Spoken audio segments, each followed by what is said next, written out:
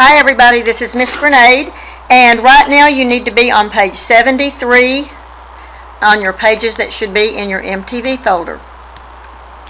We're going to talk today about proportional relationships and graphs. Yesterday with Miss Smith you learned about the constant rate of change, and you learned that the constant rate of change is found by doing y-axis divided by the x-axis. Remember, that looks like this: y divided by x equals k. So today we're going to see how the table and the equation and the graph all go together. First of all, let's look at this problem. Most shower heads that were manufactured before 1994 use 5 gallons of water per minute. That's important. Highlight it or underline it. Is the relationship between the number of gallons of water and the number of minutes a proportional relationship? The first thing we're going to do is label the x and y axis on our table. The top one, the time, is the x axis, and the bottom, the water used gallons, is the y axis. So if in 1 minute it used 5 gallons, which is what it told us up here in the problem, then in 2 minutes, how many gallons would it use? Well, we did 5, the y number, divided by the x number. 5 divided by 1 equals 5. So 5 is our constant rate of change. So 2 times 5 is 10. 3 times 5 is 15. And here it threw us for a little loop. It wants to know what number times 5 equals 35. That's correct, it's 7. And then 10 times 5 is 50. So based on the table, is this a proportional relationship? Do we have the same rate of change each time?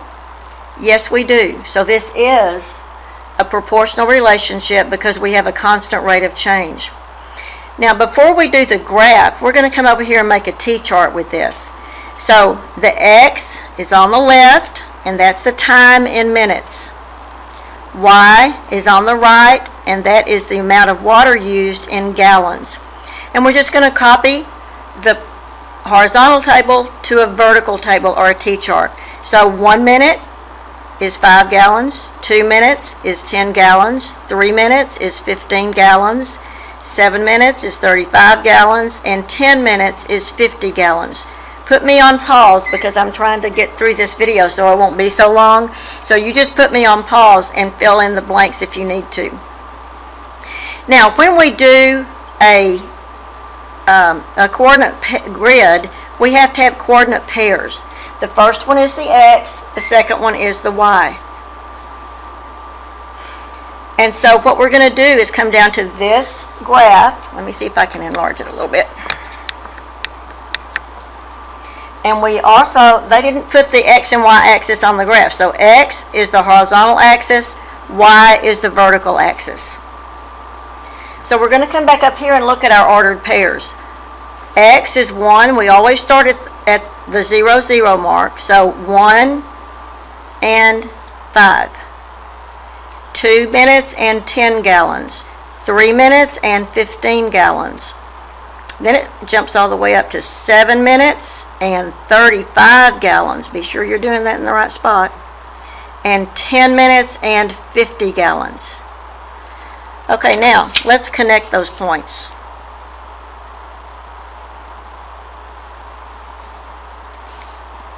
Do they form a straight line? Yes, they do. So I already told you that the 0, 0 point is where we always start, and that location is called the origin. O-R-I-G-I-N, write that down. The origin of the graph, because we'll be using that term. Now, what if we continue that table out to 23 minutes? Would the point be 23 and 125 on this graph? Would that point be on there? Why or why not? So what we know about the 23 is that it's 23 minutes. So the 23 would be here on the x side. How did we get from x to y up here every time? What was the constant rate of change? It was times 5. So what is 23 times 5?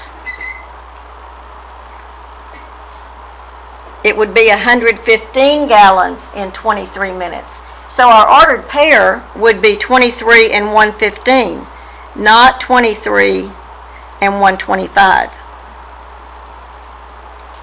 That's how you use that constant rate of change. Okay, turn to page 74. And I want you to either highlight or underline at the top of the page up here. It says a relationship is a proportional relationship if its graph is a straight line through the origin. So that's two things that it has to be in order to be proportional. We're not going to do anything with this graph except look at it. Is it a straight line? Does it go through the origin? Yes, so this is a proportional relationship. The graph is a line that goes through the origin. Remember, that's the 0, 0 point. And it is a straight line. Okay, now we're going to go down to your turn. And this is about Jared and him renting shoes to go bowling. Jared rents bowling shoes for $6 and pays $5 per bowling game. Is the relationship a proportional relationship? Explain. So we're going to go from the table to the graph. And we're going to make a T-chart first. Remember, on your horizontal graph, X is the top, Y is the bottom. On the vertical table, or the T-chart, X is left, Y is right. On the graph, X is the horizontal axis, Y is the vertical axis. So put that XY on all three of those. So for one game, oh, I didn't write that up there. X is the games, and Y is the total cost. Just put a $sign there. So start at the origin. Always start at 0, 0, the origin. For one game, it would be $11. Now, since they're using an interval of 5 per line, 5, 10, 15, 20, 25, 30, then we're going to have to put our point for 11 just right above the 10 mark. 2 games would be $16, so that's going to be right above the 15 mark. 3 games would be $21, right above the 20 mark. And 4 games would be $26, right above the 25 mark. If you haven't finished that yet, put me on pause and finish it, and then I want you to draw a line through those points. So watch, when I draw a line through those points, is it a straight line? Yeah, it is a straight line. Does it go through the origin? Does it hit the origin down here? No, it doesn't. So it is not a proportional relationship because the line does not go through the origin. What would 0, 0 mean on this particular graph? If you had that point 0, 0, it would mean that for 0 games, he would pay $0. Well, Jared's not there just to watch. He's going to bowl. So there is no 0, 0 because he has to rent shoes. So before he can ever play a game, he has to rent those shoes for $6. So there would be no 0, 0. If he's going to bowl at 0 games, he has already paid $6. Any questions that you have as we go through this, jot them down out to the side so you can ask me later. And look at what I did. I forgot to make the T-chart up here. 1 and 11, 2 and 16, 3 and 21, 4 and 26. It's not that you have to have it like that to graph it. They just look more like ordered pairs when you have them side by side like that. We can also do it from the horizontal table. Okay, moving right along. Turn to page 75.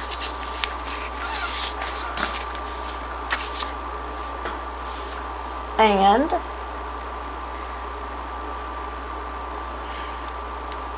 for example 2, the graph shows the relationship between the time in minutes and the number of miles Damon runs. write an equation for this relationship. Now, we're not going to look at these numbers. We're going to use different numbers on here.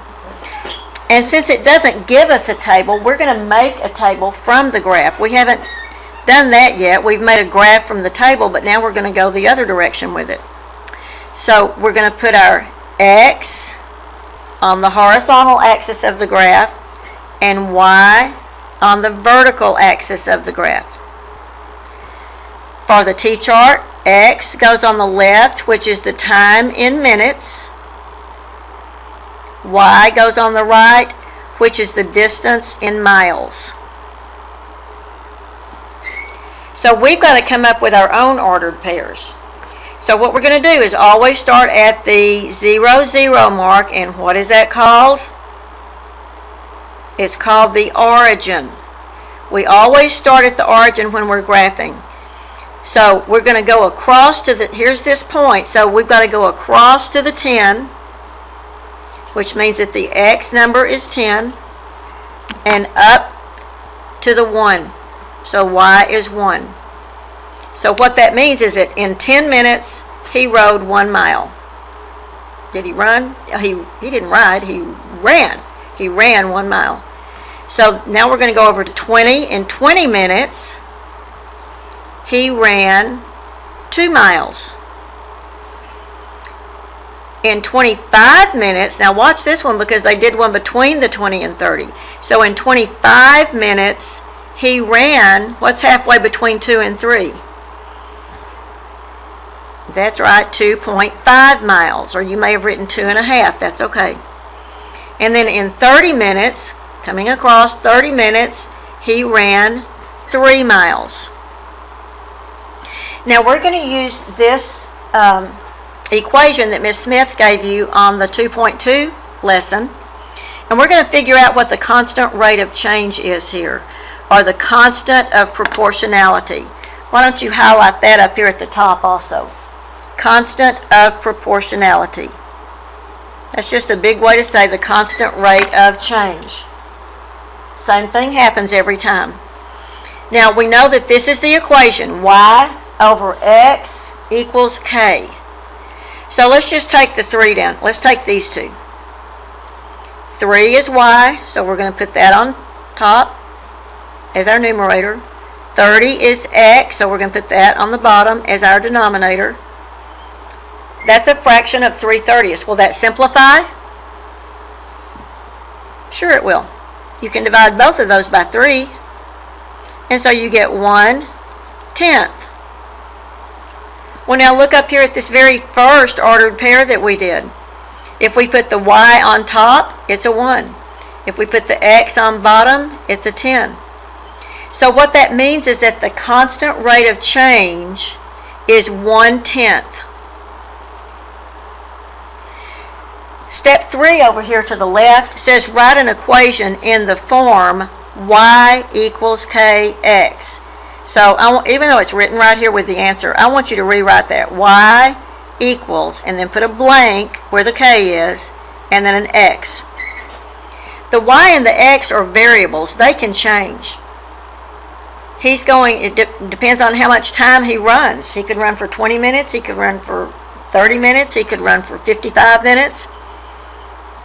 And then the distance that he runs changes depending on how much time he ran. So these two can change. We're going to leave the y and the x, but what cannot change is the 1/10. Because if he continues to run at the same speed, it is always going to be 1/10. He will run the number of miles that is 1/10 the number of minutes that he ran.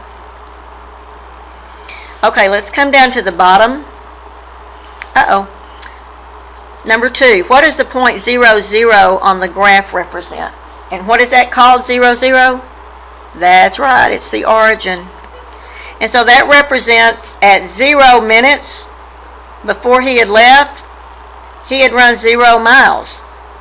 That's kind of a does statement. If you haven't started yet, you haven't run any miles. Okay, come down to the bottom. Oops, I almost showed you the answer. And it says the graph shows the relationship between the distance a bicyclist travels and the time in hours. What does the point 4 and 60 represent? So if you come over here and go start at the, let's put our X out here on the horizontal axis and the Y here. Start at the origin. We're going to go over to the 4, and then we're going to go up to the 60. So since the 4 represents time, that would be 4 what? 4 hours. And in 4 hours, he bicycled 60 miles. So it took him 4 hours to ride 60 miles. That's what 4 and 60 represents. Okay, what is the constant of proportionality? So we're going to use this equation, y over x equals k. So the y is the 60. Remember, the first one is x, the second one is y. 60 over 4 equals. And 60 divided by 4 is 15. So the constant of proportionality, the constant rate of change, is 15. And this equation represents that. So today you've learned how to go from equations to graphs, from graphs to equations, from tables to graphs, from graphs to tables. And sooner or later we'll go from equations to graphs. But today you've learned a whole lot of new things to do with proportionality. Be sure you go down and do the Google Doc and then hit submit. Don't forget to hit submit, and I will see you guys tomorrow.